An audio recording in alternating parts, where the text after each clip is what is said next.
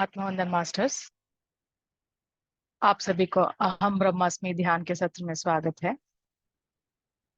सर्वप्रथम मैं अपने सारे गुरुओं को नमन करती हूँ और दिल से उनका आभार प्रकट करती हूँ कि उन्होंने मेरी मार्गदर्शन की है। तो मास्टर्स, आज का टॉपिक है कॉन्शियसनेस। कल भी हम लोग वृंदावन मैम के सेशन में ये वर्ड आया था, कॉन्शियसनेस। तो कॉन्शियसनेस क्या है? कोई बताना चाहता है तो प्लीज चैट में टेक्स्ट कीजिए। हम लोग आज इंटरैक्टिव से ही सेशन करेंगे।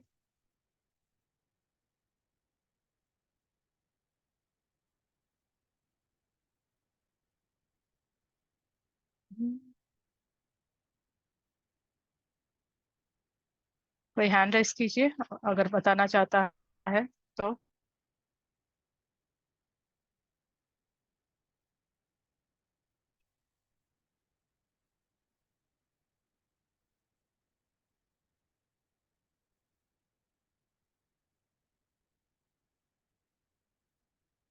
नोबडी वांट्स टू से कॉन्शियसनेस क्या है? अच्छा, हम लोग डिस्कस करते हैं तो फिर। तो मास्टर्स, हिंदी में इसका शब्द है चैतन्य। मतलब ये हम लोग जब ध्यान में आने के बाद मेरी आवाज सुनाई दे रही है? कोई हैंड रेस करके बताइए या चैट में डालिए।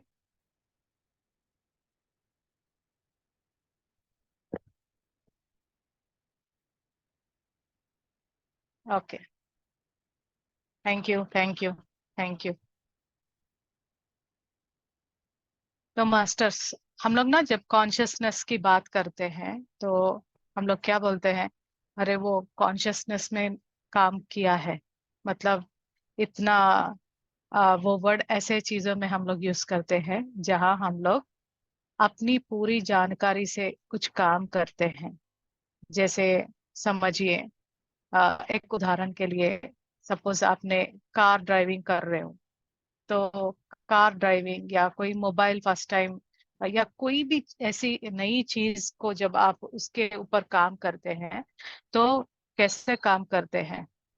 फुल्ली अवेयर होके। मतलब अगर मैं कुछ करूंगा तो वो खराब हो जाएगा या कहीं गड़बड़ हो जाएगा। सपोज आप पहली बार ड्राइविंग कर रहे हैं, या साइकिल हो या कार हो या कुछ भी, तो आप कैसे करते हैं कि एक प्रोसेस देखते हैं कि पहले मुझे ये करना है, उसके बाद नेक्स्ट ये करना है, और उसके बाद द नेक्स्ट। मतलब अगर फर्स्ट स्टेप छोड़ के थर्ड स्टेप में जाऊंगा तो कुछ गड़बड़ हो जाएगा। तो उस गड़बड़ को अवॉइड करने के लिए हम लोग कैसे एक्शन करते हैं? वॉट एवर द वहां पे प्रोसीजर किया गया है, उस प्रोसीजर से हम काम करते हैं तब तक जब हम उस काम में माहिर ना बन जाए, एक्सपर्ट ना बन जाए। तो एक्सपर्ट का मतलब क्या है? मतलब वो जो एक्टिविटी ओवर द पीरियड कैसे आपको कॉन्फिडेंस देता है कि आप उसके ऊपर माहिर बन जाते हैं। ऐसे क्या चीज है कि आप उससे निडर हो जाते हैं? मतलब आप एक एक एक्टिविटी को आप इतनी बार कंडीशन करते हैं कि मुझे फर्स्ट ये करना है, सेकंड ये करना है, थर्ड ये करना है। करते करते वो एक जगह ऐसे स्टोर हो जाता है कि अगली बार जब आप करेंगे तो उसके ऊपर आपको अपना अटेंशन रखने की जरूरत नहीं है। आप आराम से करते हैं। तो ये जो आपने जो जगह पे रखा है, मतलब क्या रखा है? ये पूरे इंस्ट्रक्शंस रखा है। जो नए काम करते हैं उसे करने के पूरे इंस्ट्रक्शंस आपने कहीं तो कहीं रखा है। मतलब वो रखने के कारण ही ना आपके पास वो ब्रेन में, या और कुछ नाम देंगे तो वो वहां पे वो बार बार, मतलब आप जब भी स्टार्ट करते हैं तो आपको पता चलता है नेक्स्ट क्या, कहाँ कर क्या करना है। तो इमिडिएटली, जैसे विमेन भी करते हैं, फर्स्ट टाइम कुकिंग कर रहे हैं तो कितने ध्यान से, मतलब तेल अगर स्टोव के वेजल में है तो उसके ऊपर कड़ी पत्ता डालना है तो ऐसे डाल के ना भाग जाते हैं, फर्स्ट टाइम कर रहे हैं। उसके बाद ना इतना माहिर हो जाते हैं, पास में ही है, डाल देंगे। मतलब ऐसे कैसे, इतना कंडीशन कैसे होता है? मतलब एक एक चीज, एक एक इंस्ट्रक्शन, एक एक एक्टिविटी हम एक जगह स्टोर करते हैं। और जब वो एक्टिविटी में हम करते जाएंगे, उसमें हमें एक जो डर था कि अगर कुछ करेंगे तो गड़बड़ होगा, वो कंडीशन इतना फास्ट हो जाएगा कि वो डर उस वहां से निकल जाएगा। तो ये इंस्ट्रक्शंस जो है, या पूरे जहां हम लोग रिकॉर्ड कर कर रख रहे हैं, वो हम ब्रेन करते हैं या माइंड। तो माइंड और ब्रेन की अंतर क्या है? ब्रेन मतलब जो हमारे दिमाग में एक ऑर्गन है, जो फिजिकली हम उसे पकड़ कर महसूस भी कर सकते हैं, अगर लेबोरेटरी में जाएंगे तो उसे ब्रेन कहते हैं। वो क्या करता है? लाइक हार्ट पंप करता रहता है ब्लड। क्या आपने देखा ब्लड कैसे पंप करता है? मतलब उसका वो एक जॉब दिया गया है कि पंप करो, प्रोसेस करना है, अच्छे ब्लड को लेना है, फिर उसे फिल्टर करना है, गंद ब्लड को बाहर करना है। ये उसकी ड्यूटी है। तो हर एक ऑर्गन की एक एक ड्यूटी है। तो उसी तरह हमारे ब्रेन के भी एक एक ऐसा बड़ी रिस्पॉन्सिबिलिटी है कि कितना काम करता है। विदाउट ब्रेन ना, तो हम लोग कुछ काम ही नहीं करते हैं। इसीलिए बोलते हैं brain dead. Because if brain is dead, there will be no activity. कुछ भी नहीं रहता है वहां पे, कुछ काम। मतलब इंटरनली बॉडी काम करता होगा, मगर एक्सटर्नली अभी कोई भी इंस्ट्रक्शन दो, वहां कुछ भी नहीं एक्टिविटी होगा। नॉट इवन अगर आप कोई अल्जाइमर के पेशेंट या डिमेंशिया के पेशेंट को देखेंगे ना, उन लोग की मेमोरी नहीं रहती है। क्यों? क्योंकि उनका ब्रेन खराब हो गया है। तो क्या होता है? कुछ प्रोसेसिंग ही नहीं होता है। मतलब किसी को पहचान भी नहीं सकते, किसी का नाम भी याद नहीं रख सकते, बिल्कुल भी कुछ एक्टिविटी नहीं रहता है। तो ब्रेन का काम है एक्टिविटी। उनका एक्टिविटी क्या है? प्रोसेस करना। क्या प्रोसेस करना? इंटरनली और एक्सटर्नली। इंटरनली क्यों? क्योंकि एक, अब समझो एक स्मेल आया, तो वो स्मेल ब्रेन को सेंड करेंगे हम कि ये स्मेल क्या है। तो वो स्मेल का कैटेगराइजेशन कैसे करेंगे? स्मेल का कैटेगराइजेशन करेंगे कि ये स्मेल अच्छा स्मेल है, या प्लेजेंट स्मेल है, या कुछ मतलब कुछ मसालों की स्मेल है, या कुछ बदबू है।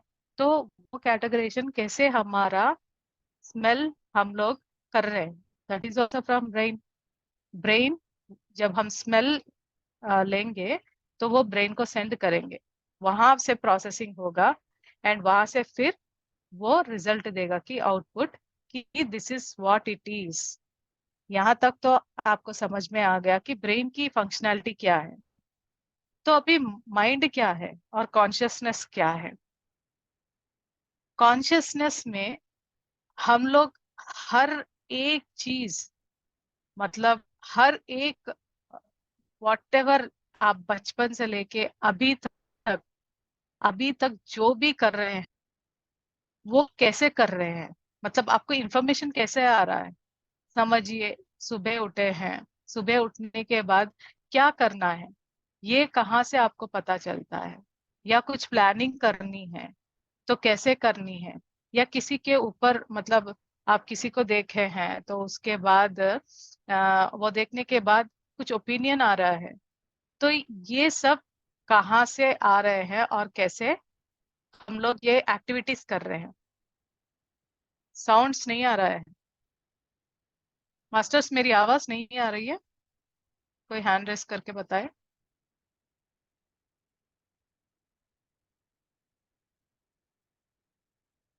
मास्टर, मेरी आवाज नहीं आ रही है? अच्छा, सर आप ऑफलाइन जाके फिर से आ जाइए। Thank you ma'am, thank you ma'am.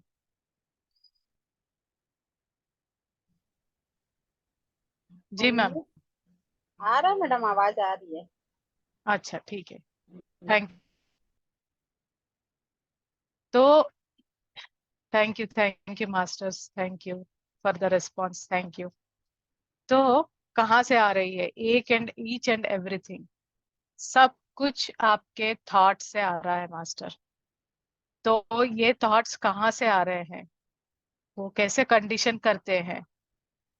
ये कॉन्शियसनेस जो है वो कहाँ से है, मतलब हम लोग देख सकते हैं क्या उस कॉन्शियसनेस को?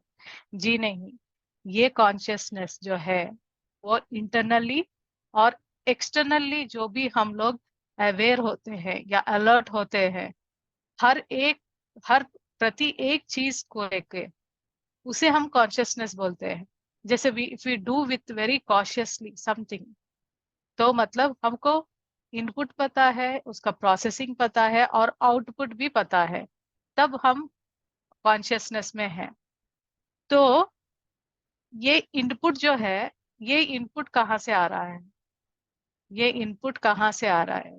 सो ब्रेन में there is one more level of consciousness, जिसे हम बोलते हैं सबकॉन्शियसनेस। इस सबकॉन्शियसनेस में जब से लेके बचपन से लेके अभी तक जो भी थॉट, जो भी फियर्स, जो भी बिलीफ सिस्टम्स, या किसी ने कुछ बोला है, आ, बाहर एक कम्युनिटी है उसमें हम लोग कैसे बिहेव करना है, ये सारे इनपुट्स जो भी हमारे हायर लेवल, मतलब समझिए हम बचपन में हैं, तो हमारे हायर लेवल कौन है? हमारे माता पिता। जब हमारे माता पिता बताएंगे कि आप ये जो कर रहे हैं ये सही है, ये गलत है, ये इनपुट्स कहाँ से आ रहे हैं? पेरेंट्स से आ रहे हैं। That means higher self, higher मतलब हायर लेवल ऑफ इंटेलिजेंस से आ रहे हैं। जब ये हायर लेवल ऑफ इंटेलिजेंस जो भी बताते हैं, तो वही इनपुट्स हम स्टोर करते जाएंगे। तो अगर कुछ भी वहां पे गलत की, वहां एक डिफरेंट टाइप ऑफ फियर आ जाता है। इवन आपका फियर के लिए, मतलब अभी समझिए, आप कुछ काम कर रहे हैं, तो अचानक से आप रोएंगे, तो वो कैसे कैसे पता चल रहा है आपको कि ये फियर है, ये इमोशंस है? ये सभी भी हम लोग इनपुट कर कर रखे हैं कॉन्शियसनेस में। मगर ये सबकॉन्शियसनेस में इस जन्म का ही नहीं, पिछले कहीं जन्मों से जो भी आ रहा है, वो मेमोरी, वो कॉन्शियसनेस मरता नहीं है। वो कॉन्शियसनेस हर बर्थ में कैरी फॉरवर्ड होता है। उदाहरण के लिए मैं ये एग्जाम्पल बहुत बार बोल चुकी हूँ, फिर भी बताऊंगी कि समझिए, किसी को आ, बिल्डिंग्स को के ऊपर चढ़ेंगे तो नीचे देखेंगे तो डर लगता है। वही बिल्डिंग्स के ऊपर कोई अगर देखेंगे तो उनको कुछ डर नहीं लगता है। या पानी को देखकर ना बहुत डर लगता है। इवन डैम्स पे जाएंगे या समुंदर देखेंगे ना, कुछ लोगों को देखकर ना बहुत अच्छा लगता है, वाह व्हाट ए प्लेजेंट थिंग। मगर कुछ लोगों को इतना डर लगता है वो पानी को देखकर ना, अंदर उनके अंदर कितना हलचल होता है वो उन्हीं को पता है। तो ये फियर्स कहाँ से आई? या समझिए आप बचपन में अपने नानी के घर गए, और वहां आपने एक बहुत ही मेमोरीफुल, मतलब ब्यूटीफुल मेमोरीज वाला एक अच्छा सा व्यंजन आपने वहां पे टेस्ट किया, वो जो मेमोरी में आपका इम्प्रिंट हो गया। और इतने सालों के बाद भी जब भी आप वो भोजन की याद आती है, तो आपका वो टेस्ट याद आता है, और आप बोलते हैं कि ये तो मेरी नानी जैसा नहीं बना है। वरना मतलब टेस्ट, मतलब उन्हीं के हाथों का जो है वही है। मतलब वो टेस्ट भी कैसे आपने मेमोरी में रखा है इतने सालों का, बचपन का, मतलब बचपन का आपने कैसे उसको अपने अंदर रखा है। और दूसरे बिलीफ सिस्टम्स, कि मुझे राइट हैंड से ही खाना है, ये किसने बताया आपको? ये एक बिलीफ सिस्टम है। ठीक है, मानती हूँ पेरेंट्स ने बताया, मगर पेरेंट्स कहाँ से सीखे हैं? और ऐसा करना राइट है, और वैसा करना गलत है, ये किसने सिखाया? ये सारे बिलीफ सिस्टम्स और ये सारे इमोशंस, ये हम लोग बहुत सारे पास्ट लाइफ से भी लेकर आ रहे हैं। कि सपोज, जैसे उदाहरण के लिए मेनी लाइफ्स मेनी मास्टर्स का बुक अगर आपने पढ़ा हो, तो वहां पे जो किरदार होते हैं वो बहुत ही डिप्रेशन और एंजाइटी में रहती है। तो वो जब साइकेट्रिस्ट के पास जाती है तो अपने पास्ट लाइफ देखती है। तो वैसे ही एक पास्ट लाइफ में वो देखती है कि उनका जो लास्ट मतलब अंत होता है एक जन्म में, वो पानी में डूबने से हो जाता है। और जब वो डूब जाती है, वहां पे एक फियर का इम्प्रिंट, मतलब इतना डर जाती है कि वो फियर का जो भाव था, इमोशंस था, वो उनके कॉन्शियसनेस में इम्प्रिंट हो जाता है, मतलब छप जाता है। और वही कैरी फॉरवर्ड होकर इस जन्म में अगर वो पानी देखेंगी ना, बहुत डर लगता है। या बचपन में कहीं किसी को कोई डॉग काटा हो या किसी बड़े ने बहुत जोर से हर्ट किया हो, तो वो इम्प्रिंट कैसे हो जाता है, छाप जाता है कि हम लोग इस फिर जब भी वो पर्सन आता है, वो फियर हम होल्ड करते हैं। तो क्या होता है, इन इतने सारे इमोशंस या इतने सारे फियर्स और जो भी रिलीजियस बिलीव्स या ह्यूमन बिलीव्स जो भी है, हम लोग इकट्ठा कर करके हमारे कॉन्शियसनेस में, हमारे सब कॉन्शियसनेस में फिल कर दिए हैं। तो अगर हमारा कॉन्शियसनेस ऐसे ही रहते गया तो क्या होगा? क्यों हम इसके बारे में आज बात कर रहे हैं?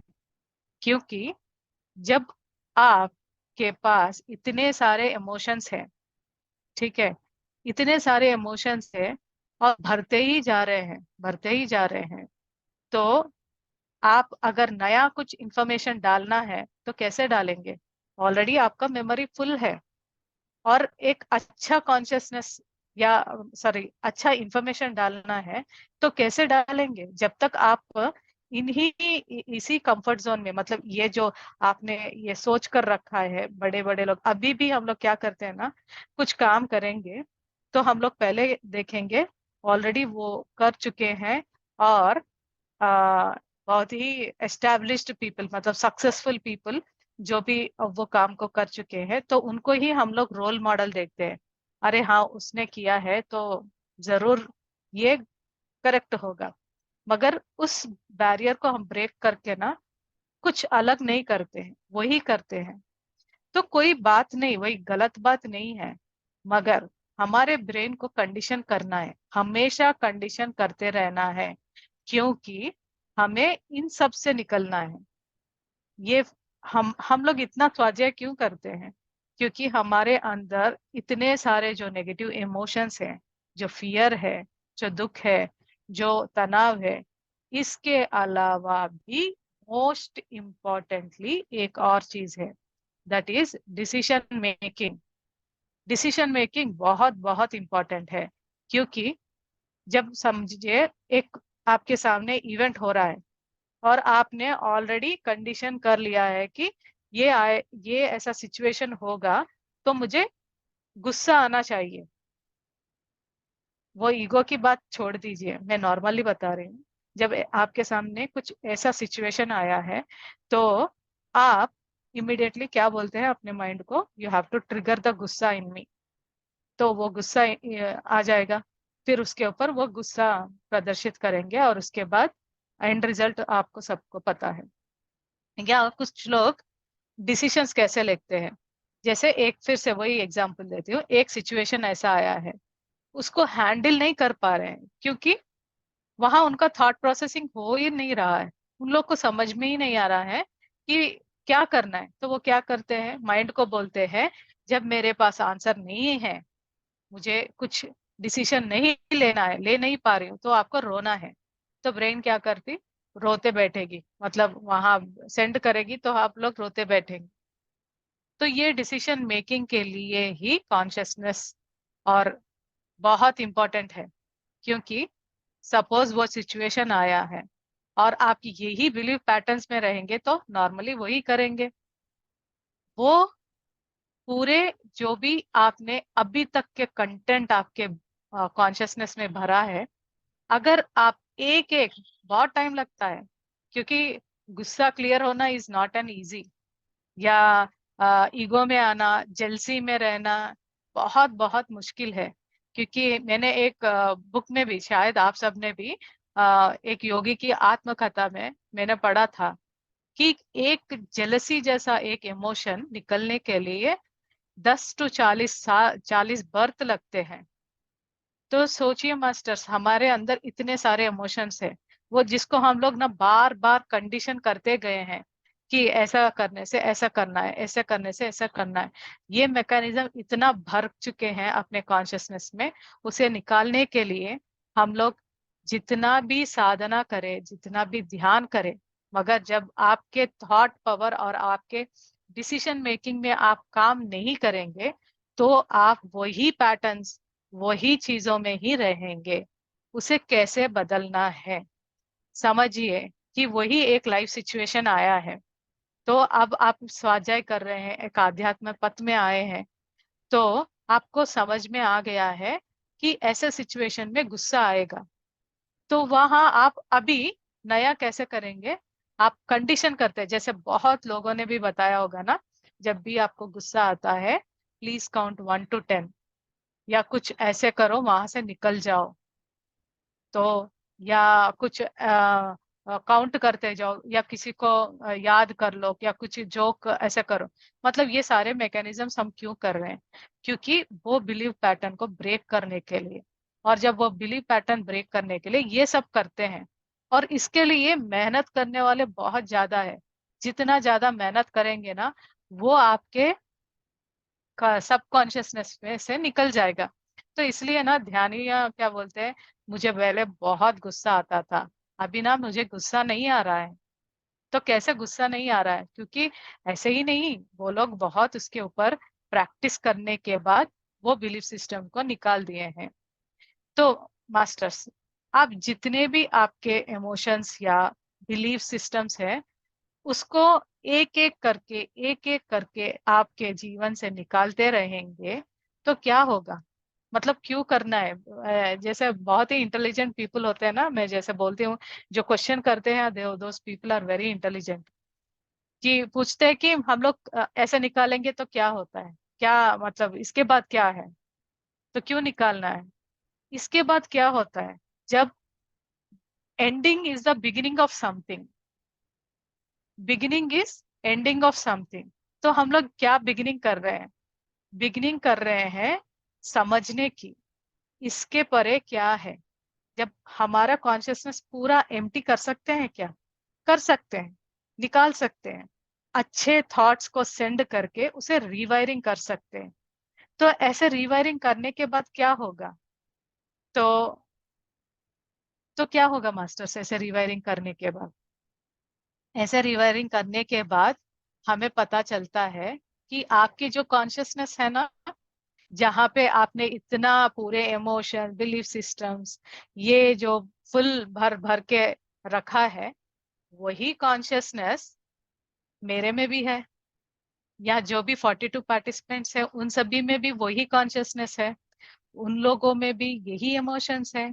वो लोग भी इंडिसिसिवनेस हो रहते हैं, क्योंकि हमेशा ना गुस्सा प्रदर्शित करने के बाद हम लोग सोचते हैं ना, अपने पार्टनर से या पेरेंट्स या जो भी हमारे लाउड वंस हमारे पास होते हैं, उनके पास गुस्सा करने के बाद अगर हम लोग अच्छे में, मतलब एक ऐसा प्रोसेस, ऐसे पता चलता है कि these are our own people, we should not hurt them. जब ये समझ में आता है ना, तो आपको कैसा लगता है कि अरे मैंने गलत की, रिपेंट में आ जाते हैं, गिल्ट में आ जाते हैं कि मुझे ऐसा नहीं करना था, वो मेरे ही लोग थे ना, मैंने ऐसा क्यों किया, मैं वहां पे काबू नहीं कर पाया था, इसीलिए मैंने किया। तो यही एक वजह है। मतलब जैसे आप रिपेंट किए हैं, कंडीशन किया ना अपने माइंड को, तो वहां पे आपको गुस्सा नहीं आएगा। उसी तरह जब हम लोग ये बिलीफ पैटर्न्स को ब्रेक करते जाएंगे, तब हमें समझ में आएगा कि आपकी चेतना जो है, वो कहीं दूर रशिया में कोई व्यक्ति है, उसका भी चेतना वही है। या कोई अंटार्कटिका में जहाँ पे बहुत बर्फ ही बर्फ रहता है, जो पर्सन वहां है, उसकी चेतना में भी वही है, सेम थिंग सेम पैटर्न से बनाया गया है। तो मतलब सेम पैटर्न्स में कॉन्शियसनेस बनाया गया है, सबके अंदर वही इमोशंस होते हैं। तो आपके कॉन्शियसनेस से जो आप डिसीजन मेकिंग, जो भी थॉट आता है, थॉट क्यों आता है? थॉट इसलिए आता है डिसीजन मेकिंग के लिए, कि मुझे अभी नेक्स्ट क्या करना है। ये एक एक क्वेश्चन आता है या एक वर्ड आता है, एक स्टेटमेंट हमारे सामने किसी और के पास से आ रहा है, उसके बाद जो भी डिसीजन मेकिंग करना है उसे करने के लिए अंदर से एक थॉट आता है, वो बोलता है ये करो।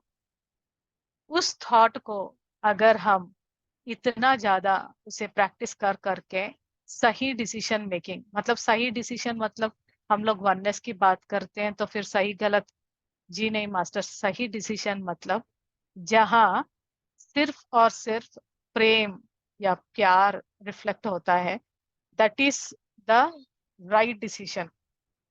मतलब अगर समझिए गुस्सा आया है, तो उसने डांटा कि आपने ये क्यों तोड़ दिया है, तो इमिडिएटली आप वहां पे कंट्रोल कीजिए। जब आप इतना कंट्रोल कर ले प्रैक्टिस करने के बाद, जब ठीक है कोई बात नहीं, दैट्स ओके, मेरी गलती है, मैंने जानबूझकर नहीं किया, गलती की है।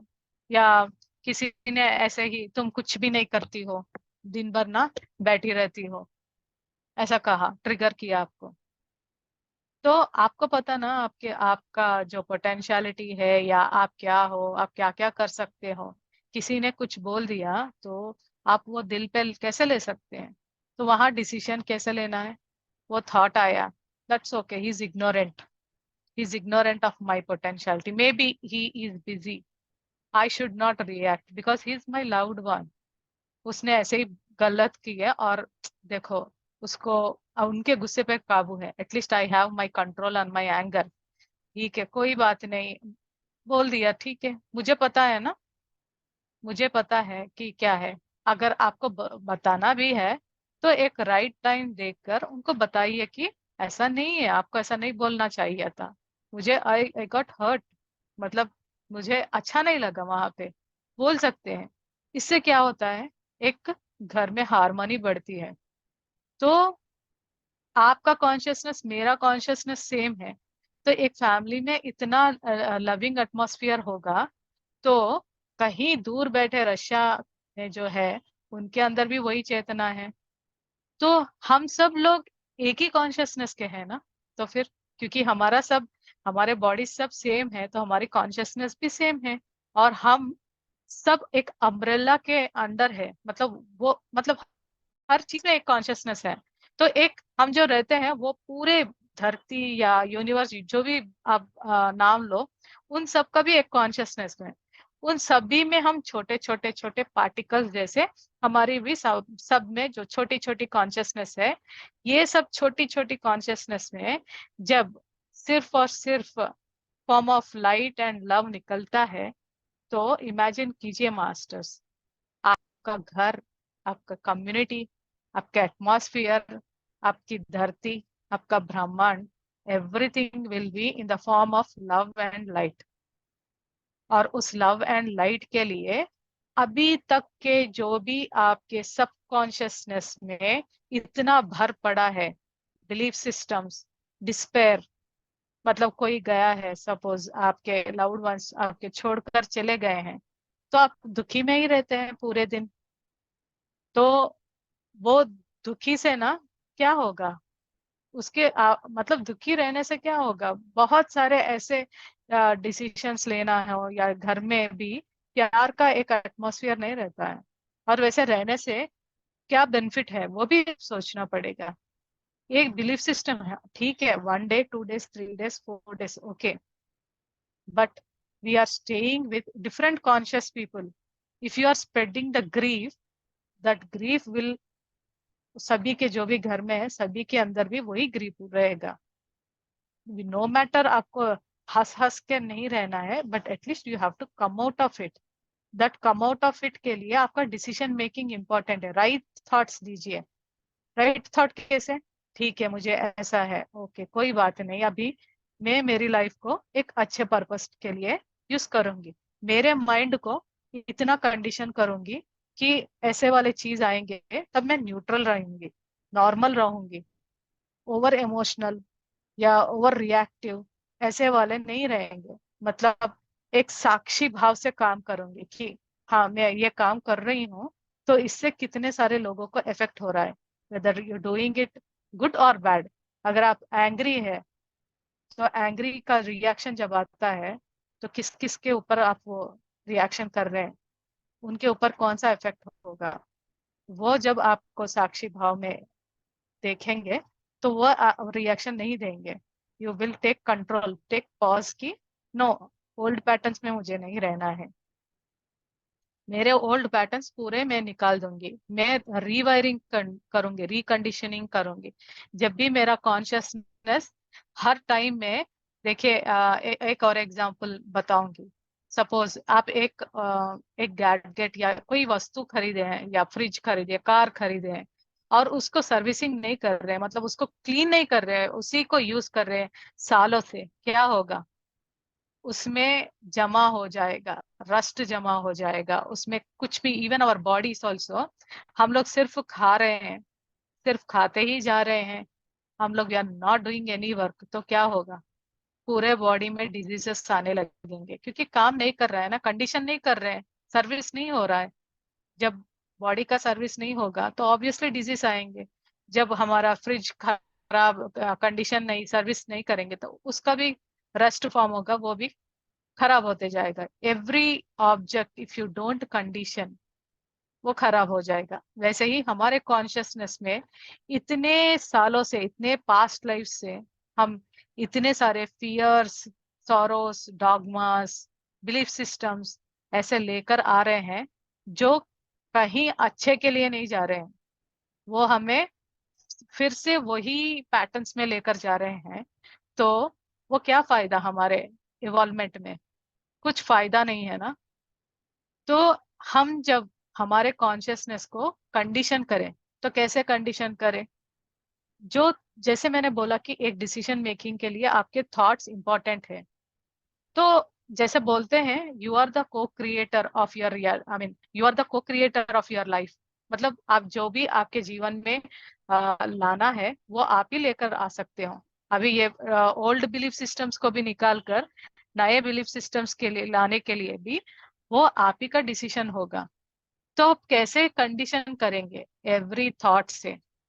आपका एवरी थॉट जो भी अंदर जाएगा, वो बहुत ही प्योर, बहुत ही अच्छा सा इंटेंशन वाला, बहुत ही मिराकिलस वाला थॉट जब आप अंदर भेजेंगे, वो भेजते जाएंगे। शायद सपोज एक एक वर्ड को आप ऐसे ही नहीं, नॉर्मल रट लगाते हैं ना, जैसे हम लोग बचपन में टेबल पढ़ते थे, तो कैसे वो टेबल्स हम लोग, या कोई मंत्र पढ़ते थे, एक बार ऐसा मंत्र पढ़ेंगे तो नहीं आता था, उसे हमें बार बार ना बाय हार्ट करना पड़ता है।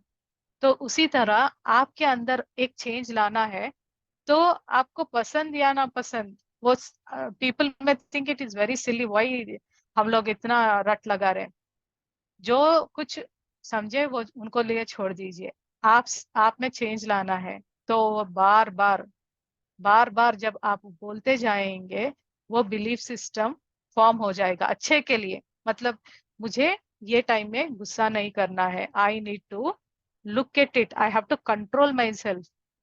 एंड उसके बाद ना, जैसे मैंने इससे पहले भी एक बताया कि अगर हम लोग 10 लोग अच्छा अप्रिशिएट करते हैं, एक लोग क्रिटिसाइज किया, तो हम किसके ओर देखते हैं? जो एक लोग क्रिटिसाइज किया उसी के ओर देखते हैं।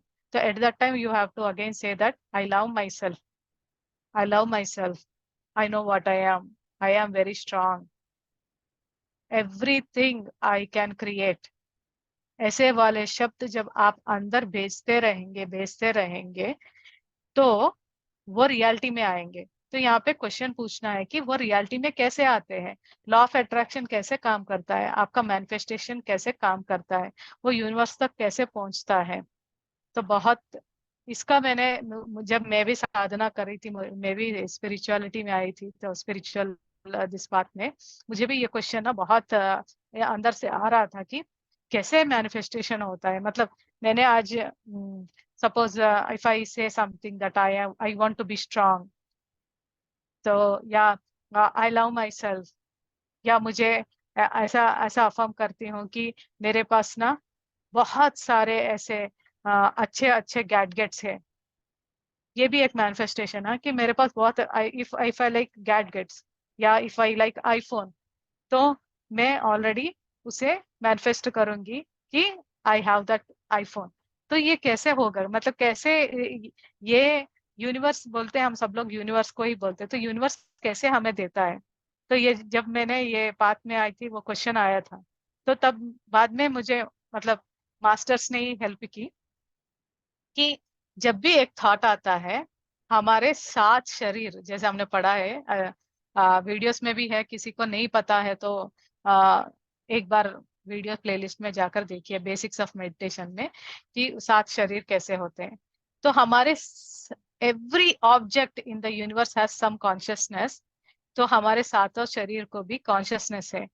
तो जब भी एक थॉट आता है, एक थॉट, जो भी थॉट हो, अच्छा या बुरा, वट एवर इट इज, वो थॉट हमारे 7 शरीरों में कैरी फॉरवर्ड होता है, एक से एक जाके हमारी जो हायर सेल्फ, जो सेवेंथ बॉडी जो बोलते हैं सेलेस्टियल बॉडी, उसके अंदर जाता है, और वहां से वो यूनिवर्स में रिलीज करता है।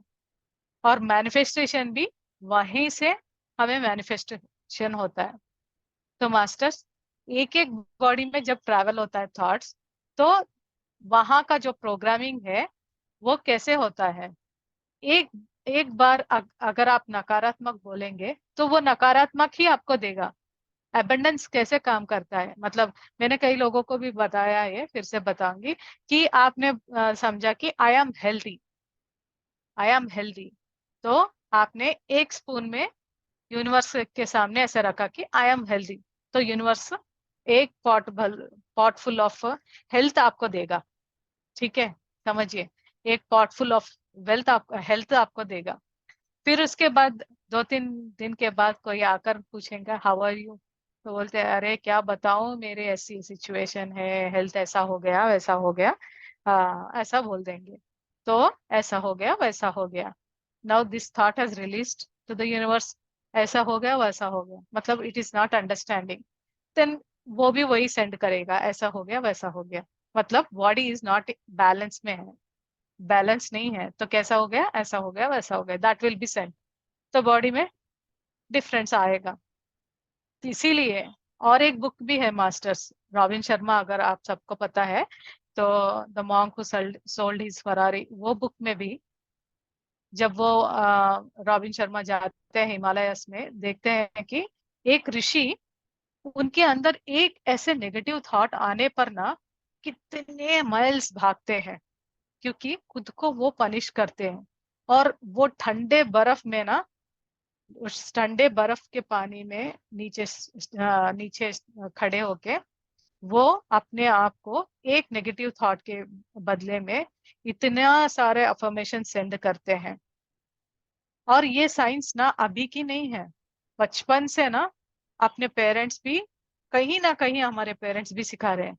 जैसे कि अभी शादी हो रही है, या अच्छे एक शादी की बात हो रही है, तो घर में तो कोई अनाप शनाप बोल देंगे, तो क्या बोलते हैं बड़े, बोलते हैं, शुभ शुभ बोलो। Why? Because our words which are our thoughts से जो प्रोड्यूस होने वाली वर्ड्स जो है, उनको एक वजन है, उससे कुछ भी कर सकते हैं, मतलब वो होता है काम। वो वो का मतलब वो स्पेल ऐसा नहीं हो, इसीलिए बोलते हैं शुभ शुभ बोलो। और आपको पता है शहनाइयाँ या शादी जब होता है, इवन साउथ में भी बहुत सारे ड्रम्स म्यूजिक के बैंड्स ऐसे प्ले करते हैं। आपको पता है, ये मुझे भी जानकर ना हैरान हुआ था, क्योंकि जब शादी होती है, एक पवित्र कार्य हो रहा है, तब इतने जोर से शहनाइयाँ ये सब क्यों बजते हैं? क्योंकि अगर कोई भी ऐसे अनाप शनाप या नकारात्मक भाव वहां प्रोड्यूस कर रहा है, तो वो साउंड में वो दब जाए, इसलिए वो म्यूजिक लगाते हैं इतने जोर से। कि वहां इर्द गिर्द नो नेगेटिव टॉक, कुछ भी नेगेटिव बातें ना हो, इसीलिए वो वैसा होता है। तो आपके सबकॉन्शियस माइंड में हमेशा एक पॉजिटिव थॉट्स, जो भी बिलीफ सिस्टम है आपको समझ में नहीं आया कि ये बिलीफ सिस्टम राइट है रॉन्ग है, उसे साक्षी भाव से पहचानिए कि मैं ये बिलीफ सिस्टम में रहना है। क्या ये बिलीफ सिस्टम अगर नहीं है तो उसके दूसरे बिलीफ सिस्टम में अगर जाएंगे तो कैसा होगा। एक और एग्जांपल दूंगी। जैसे आप सबको समझ में आता होगा कि पीएमसी में पत्री जी जब ध्यान कर रहे थे, ध्यान प्रचार कर रहे थे, एक बड़े कॉल आउट किया था कि वो था मूर्ति पूजा नहीं करना है, जाप नहीं करना है। मगर ऐसा क्यों? क्योंकि उन्होंने बताया है you are at conscious level, that means you are beyond mind. हम लोग जब मूर्ति पूजा या जाप करते हैं we are at the mind level. Mind को कंट्रोल करने के लिए हम जाप करते हैं। मगर जब आपको वो सच पता है कि माइंड को कंट्रोल करने के लिए जाप है, तो ध्यान करने से उससे बियॉन्ड जाएंगे।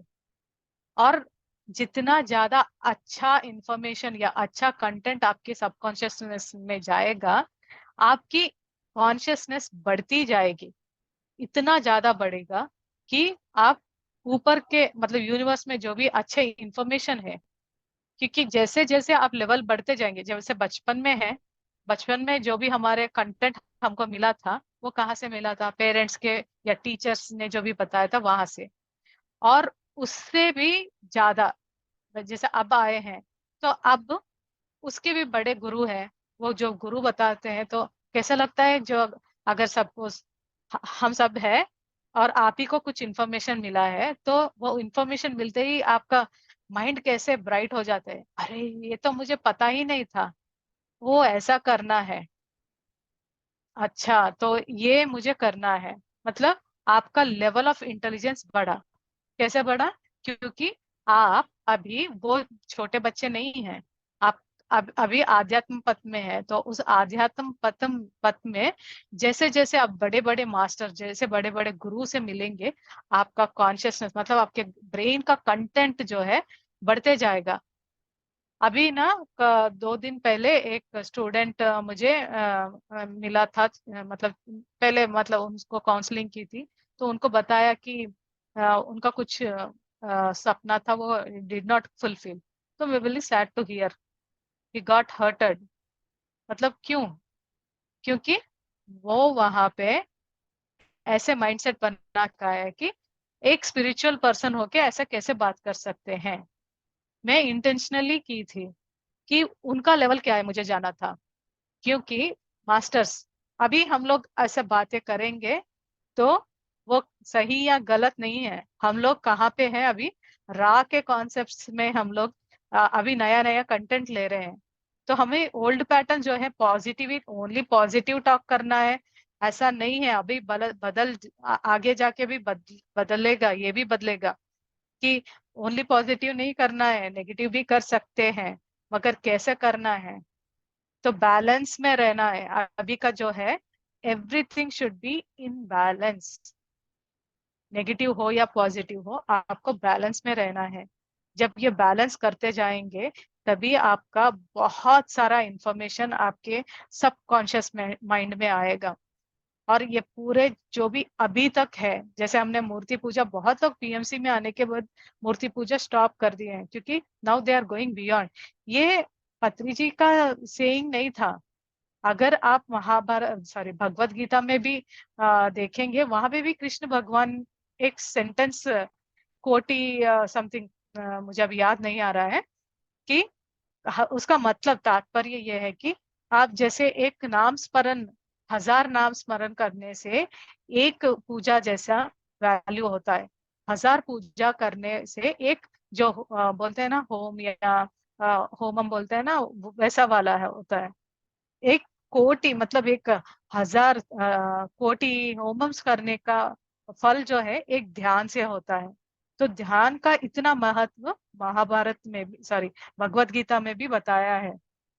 तो ये पत्री जी का ही नहीं है, वहां पे बताया गया है। उन्होंने, जैसे हम सब मैसेंजर का काम कर रहे हैं, वो पत्री जी भी ने किया था। और जब हम सबको समझ में आया, immediately we adopted that we adopted vegetarianism, क्योंकि वहां पे वेजिटेरियनिज्म उसके लिए बहुत सारे ऐसे फाइट करते हैं, मगर वेजिटेरियनिज्म मैं ये बोलती हूँ कि व्हेन यू आर को creator, can you create a normal छोटा सा जो भी नॉनवेज बोलते हैं जिसके लिए हम अपने एनिमल्स को काटते हैं, can you able to create it? If you don't create it, why are you eating it then? तो ऐसे बिलीफ सिस्टम्स में सबसे हम लोग बाहर आ चुके हैं। तो इससे भी ज्यादा इंफॉर्मेशन अभी हम ले रहे हैं। तो उसे लेने के लिए अब तक की जो भी है पुराने वाले पूरे निकालो, साफ करो। दिवाली आई है हमारी लाइफ में, पूरा साफ करके नया सा नया इंफॉर्मेशन, नया कंटेंट हम लेकर आएंगे। तो हमारा हमारा सबकॉन्शियस माइंड बहुत एक्सपैंड होगा फ्रेंड्स। सच्ची में बता रही हूँ। इवन आप जब आपने आपको एक बार सेल्फ असेसमेंट करेंगे तो खुद को भी आप अपने नए मोड में देखेंगे, क्योंकि आप भी बहुत सारे चीजों को छोड़कर यहाँ तक आए हैं। तो इसीलिए हमारा कॉन्शियसनेस पे बहुत महत्व देना चाहिए, क्योंकि आपका डिसीजन मेकिंग थॉट से जो होता है, उसे थॉट्स को कंडीशन करना, कैसे कंडीशन करना, कैसे उसे इनपुट देना है, वो आपके हाथ में है।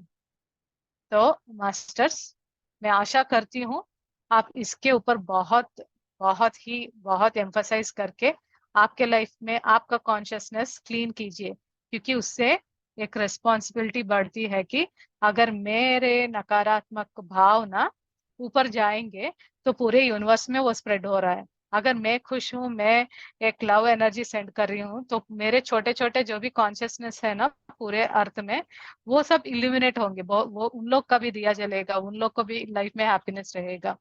अहम ब्रह्मास्मि का सोल पर्पस वही है कि सबके लाइफ में एक लव एंड लाइट लाना है। तो मैं आशा करती हूँ आप भी लव एंड लाइट स्प्रेड कीजिए और सभी का असेंशन, सभी का कॉन्शियसनेस बढ़े। तो यहाँ पे मैं विराम लेती हूँ मास्टर्स। सभी को बहुत बहुत धन्यवाद सुनने के लिए। और आशा करती हूँ सबको समझ में आया और सब चेंज होने लगे। Thank you. किसी को कुछ क्वेश्चंस है तो पूछिए, कहीं समझ में नहीं आया है।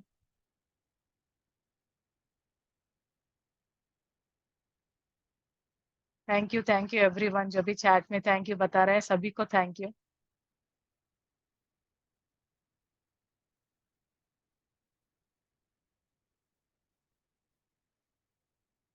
किसी का हैंड राइज नहीं है तो हम लोग ध्यान करें फिर, या कोई बात करना चाहता है, किसी को कुछ कहना चाहता है, प्लीज हैंड राइज कीजिए। Thank you ma'am.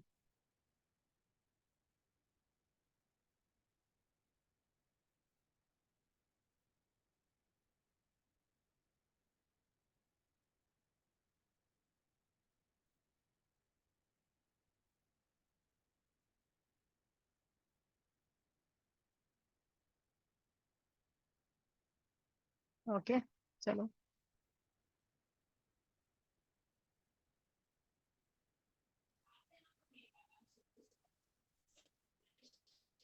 जी मैम। थैंक यू मैम, बहुत अच्छा लगा। बहुत अच्छा लगा मैम, बहुत अच्छा लगा। बहुत सारा नॉलेज मिला, बहुत अच्छा लगा। Thank you ma'am. बहुत सुंदर लगा। मैंने आत्मतृप्ति हो गया। बहुत सारे जो डाउट्स थे वो क्लियर हुए। जी मैम। बहुत अच्छा लगा। Thank you ma'am. Thank you ma'am, thank you. Thank you. Thank you for giving knowledge. Thank you. Thank you.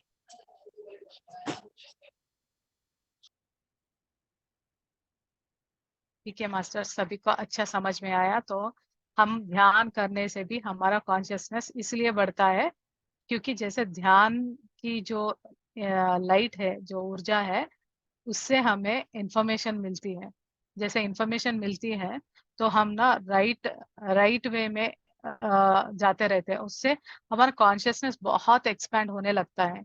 जितना ज्यादा एक्सपैंड होगा हम, उतना ज्यादा हमारी आध्यात्म पथ ब्राइट होते जाएगी और हमारे से सबकी भी जर्नी बहुत अच्छा होगी। तो चलिए फिर आराम से बैठ जाइए। Thank you so much for listening to मी।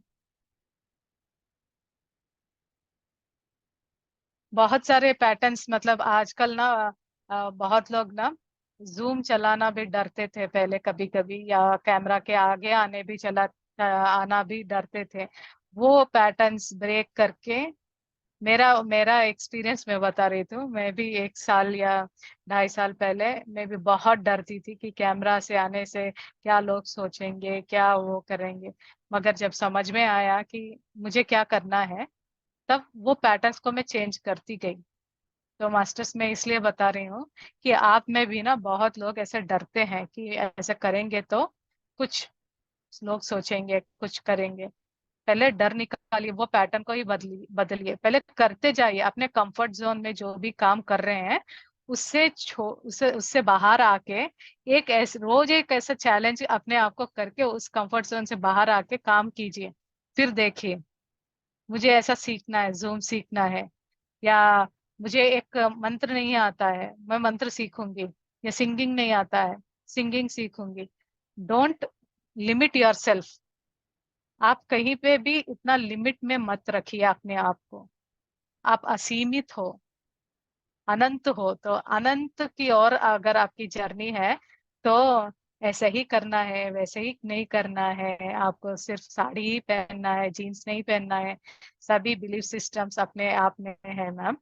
तो जो भी करना है, सभी को एक बार कंफर्ट से बाहर तोड़ के आकर देखिए कि ऐसे करने से भी लाइफ ब्यूटीफुल है। जी। यस। तो मास्टर्स चलिए म्यूजिक प्ले करती हूँ। कैमरा फेसिंग पब्लिक स्पीकिंग में भी हिचकिचाहट होती है। यस। तो पब्लिक स्पीकिंग में भी आपका ऐसे हिचकिचाहट होती है, तो घर में ना एटलीस्ट कैमरा ऑन करके, ऑडियंस आपके सामने बैठे हैं, और ऐसा समझ के, अभी तो सबके पास मोबाइल्स है, तो मोबाइल्स अपने सामने रख के प्रैक्टिस कीजिए। सब कुछ होगा, एवरीथिंग इज पॉसिबल। जितना ज्यादा बाहर आएंगे, उतना लोगों का आप उनके कॉन्शियसनेस इल्यूमिनेट करेंगे। तो आज मेरा वॉइस थोड़ा ये है क्योंकि थोड़ा डिफरेंट है आजकल, बट या मुझे करना था फिर भी।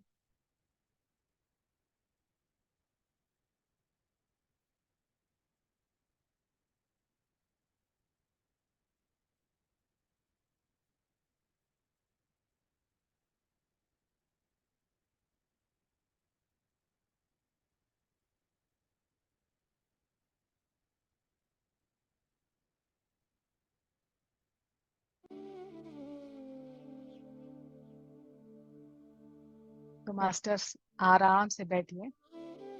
यस मैम, कॉन्फिडेंस बिल्कुल रेज होता है। आराम से बैठिए मास्टर्स। आंखें बंद कर लीजिए। आपके चेहरे पर चश्मा है तो वो ऊर्जा को आने नहीं देगा, तो चश्मा निकाल दीजिए। चेयर पे बैठने से कंफर्टेबल फील होते हैं तो चेयर पे बैठिए। नीचे बैठकर अगर कोई गद्दी चाहिए या कुछ सपोर्ट चाहिए तो सपोर्ट लेकर बैठिए। बहुत ही कंफर्टेबल और रिलैक्स कर देना है अपने बॉडी को। कोई भी कहीं भी प्रेशर, तनाव कुछ भी नहीं। और माइंड में कोई भी विचार, किसी भी तरह के भी, अच्छे या बुरे, कोई भी विचार आ रहा है तो उस तरफ ध्यान ना दे। ध्यान सिर्फ और सिर्फ आपके सांसों पर रखें। एक चीज आप गौर कीजिए मास्टर्स, जब जब आपके विचार नहीं होंगे, आपका बॉडी सोल लेवल में रहता है। जब जब आपके माइंड में विचार आते हैं, आप भौतिक लेवल में आ जाते हैं। तो सोल लेवल के लिए विचार ना आने दें, तब आपका सोल कनेक्ट हो जाता है यूनिवर्स कॉन्शियसनेस से।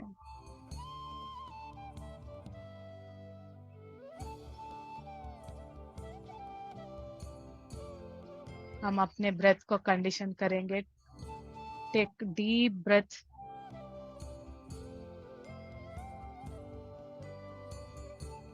आपके मूलाधार तक जाना चाहिए, कल्पना कीजिए।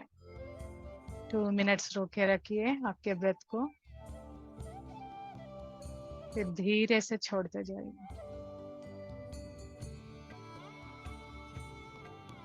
फिर एक गहरी लंबी सांस।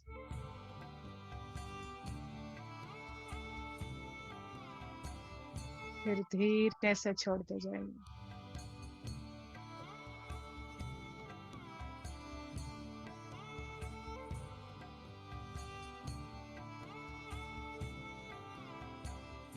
Take one more deep breath.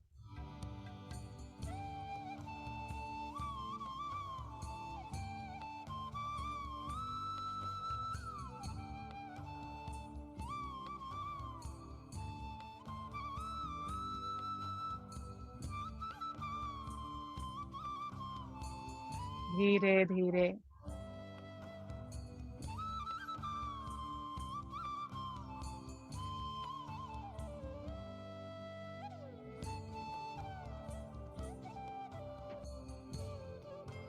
धीरे धीरे अपने सांसों को छोड़ते जाइए मास्टर्स। हम लोग आनापानसति का ध्यान कर रहे हैं। इसका मतलब होता है आती हुई सांसों को और जाती हुई सांसों के ऊपर ध्यान को केंद्रित करना।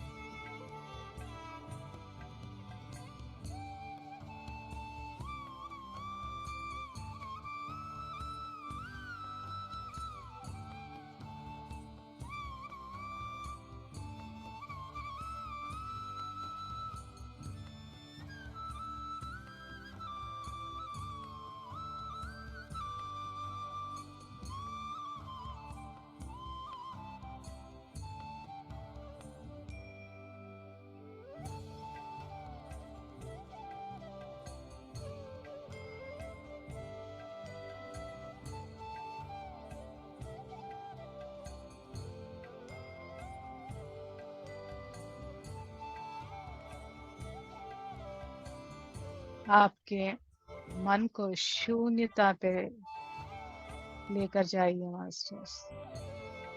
कुछ विचार ना हो, कुछ तनाव ना हो, कुछ भी ना हो, ओनली ध्यान। शून्य करते जाइए।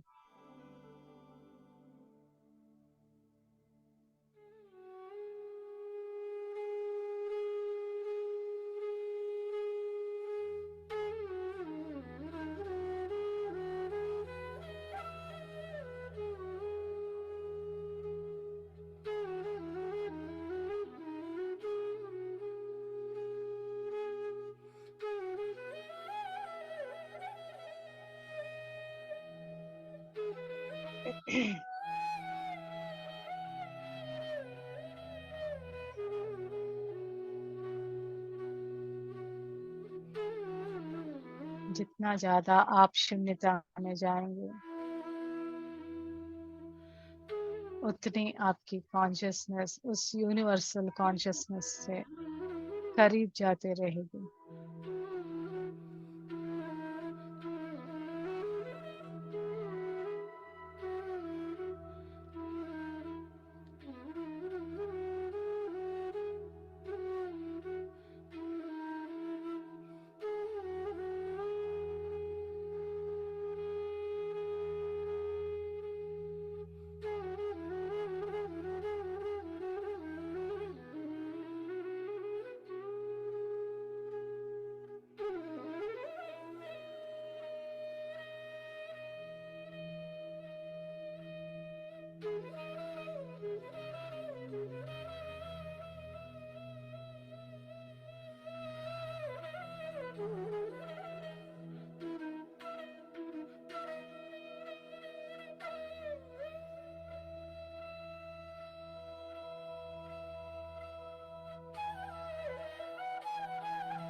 हर एक दिन आप अपने एक बिलीफ सिस्टम या एक ऐसे इमोशंस जिनके ऊपर आप काबू करना चाहते हैं उसके ऊपर आप काम करते जाइए।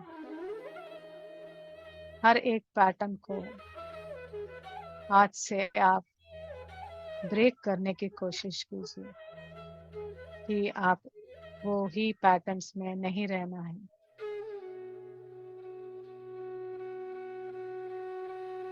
क्योंकि हर एक पैटर्न ब्रेक करने से या हर बार ध्यान करने से आपकी चेतना बढ़ती ही जाएगी मास्टर्स।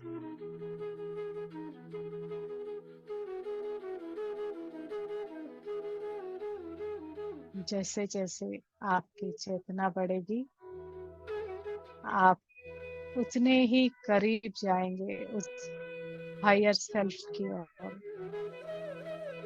और बहुत ज्यादा ज्ञान मिलेगा।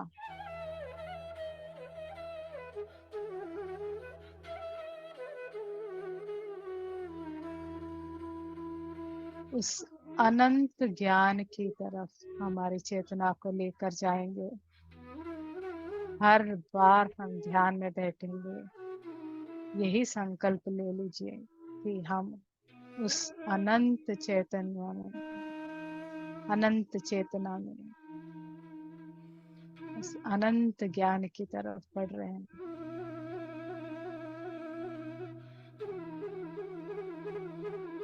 हम मन शरीर के परे हैं, हम आत्मा हैं। तो उस आत्मा को आप आत्मा की लेवल का ज्ञान और उस आत्मा के लेवल को कॉन्शियसनेस की तरफ ही आपका जो भी एक्टिविटी जो भी काम हो उसी तरफ होना चाहिए मास्टर्स।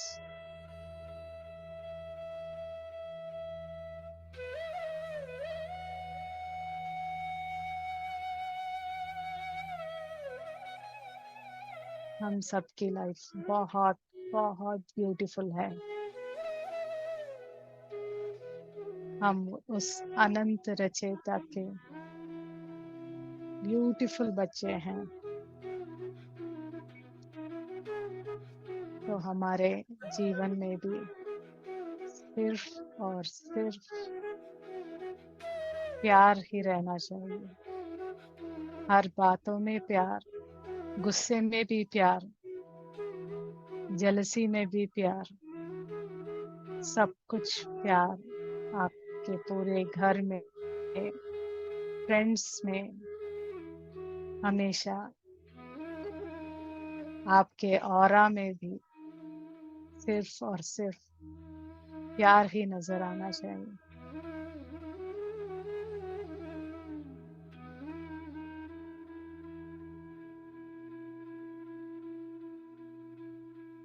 आज से आपकी कोई भी बिलीफ सिस्टम आपको सीमित ना करे। कोई थॉट, कोई लोग, कोई भी आपको रोक नहीं सकेगा। आप सभी को, सभी पैटर्न्स को तोड़कर आगे निकलना है। अपने हर एक सीमित सिचुएशन को असीमित सॉल्यूशन दीजिए masters. Because you are the co-creators of your life.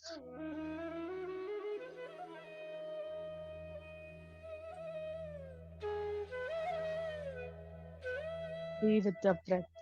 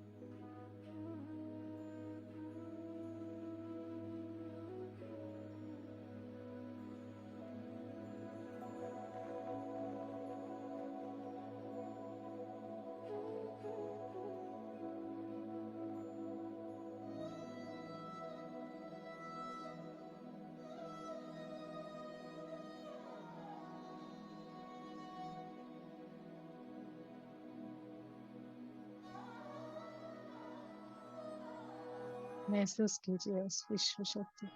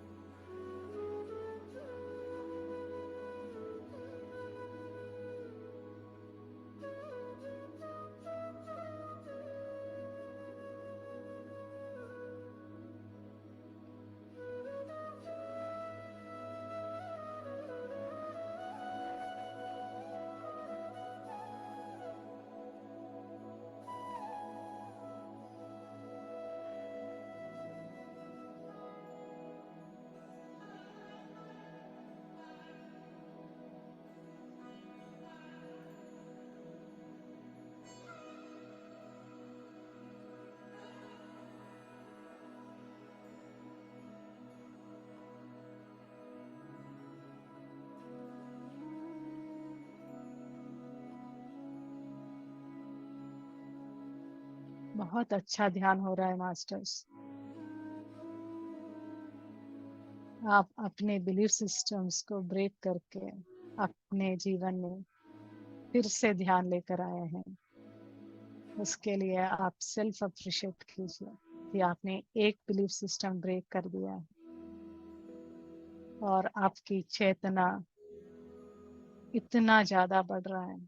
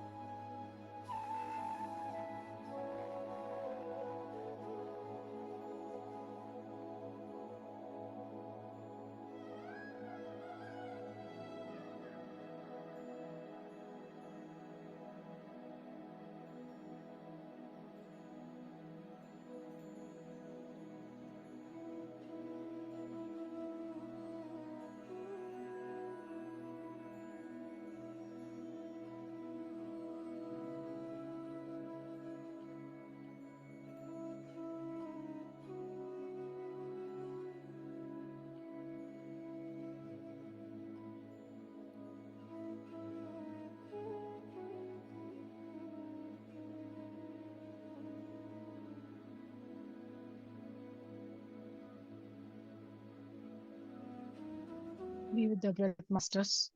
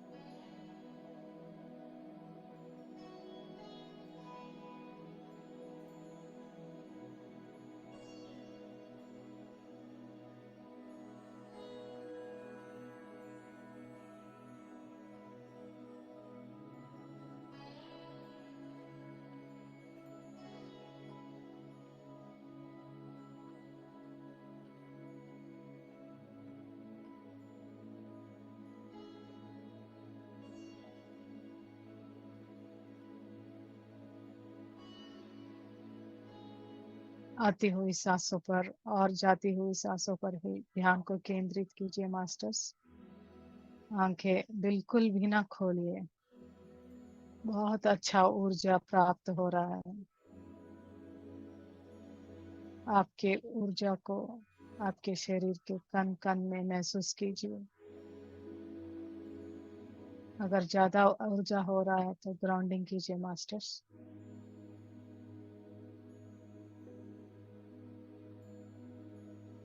B with the breath.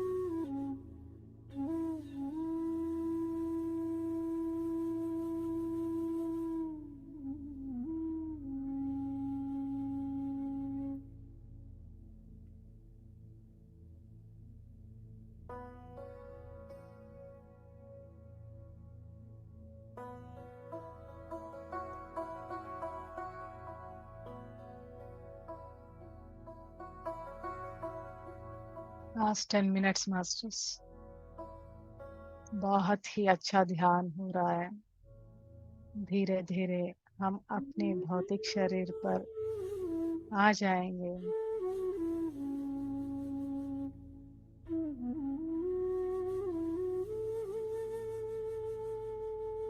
हमसे ध्यान करने के लिए सभी मास्टर्स, सभी एस्ट्रल मास्टर्स, ग्रैंड मास्टर्स, सभी को भी हम दिल से धन्यवाद देंगे मास्टर्स।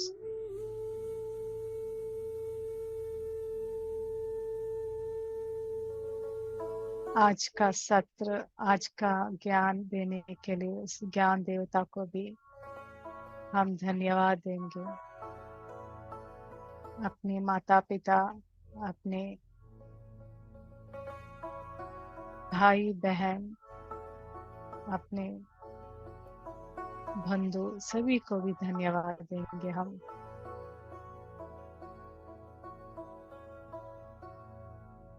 धरती माँ की ऊर्जा हमेशा मिलने के लिए हम उनको दिल से धन्यवाद और आभार प्रकट करेंगे। प्रकृति माँ को भी दिल से धन्यवाद।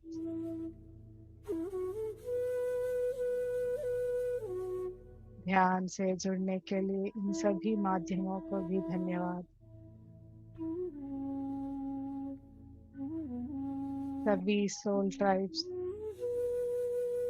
सभी पार्टिसिपेंट्स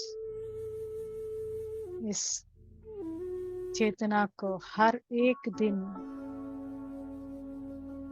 आप बढ़ा रहे हो आपकी प्रेम की ऊर्जा से। इसके लिए आप सभी को भी धन्यवाद।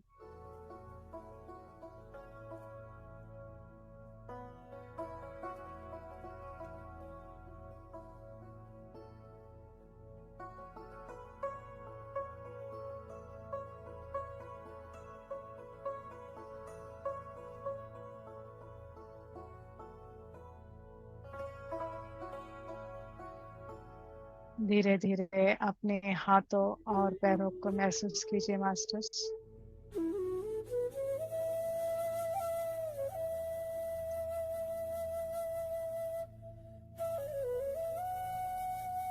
जो ध्यान में कंटिन्यू करना चाहते हैं वो ध्यान में ही रहिए, और जो बाहर आना चाहते हैं अपने दोनों हाथों को धीरे से रगड़ते हुए उस एनर्जी को महसूस कीजिए।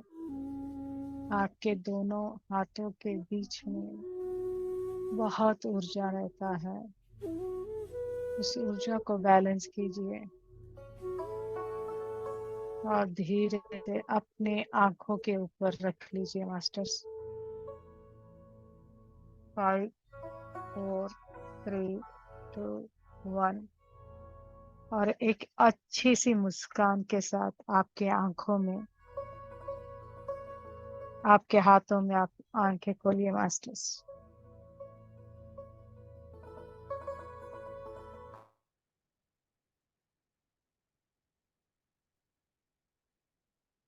सभी को धन्यवाद बहुत ही अच्छा ध्यान करने के लिए।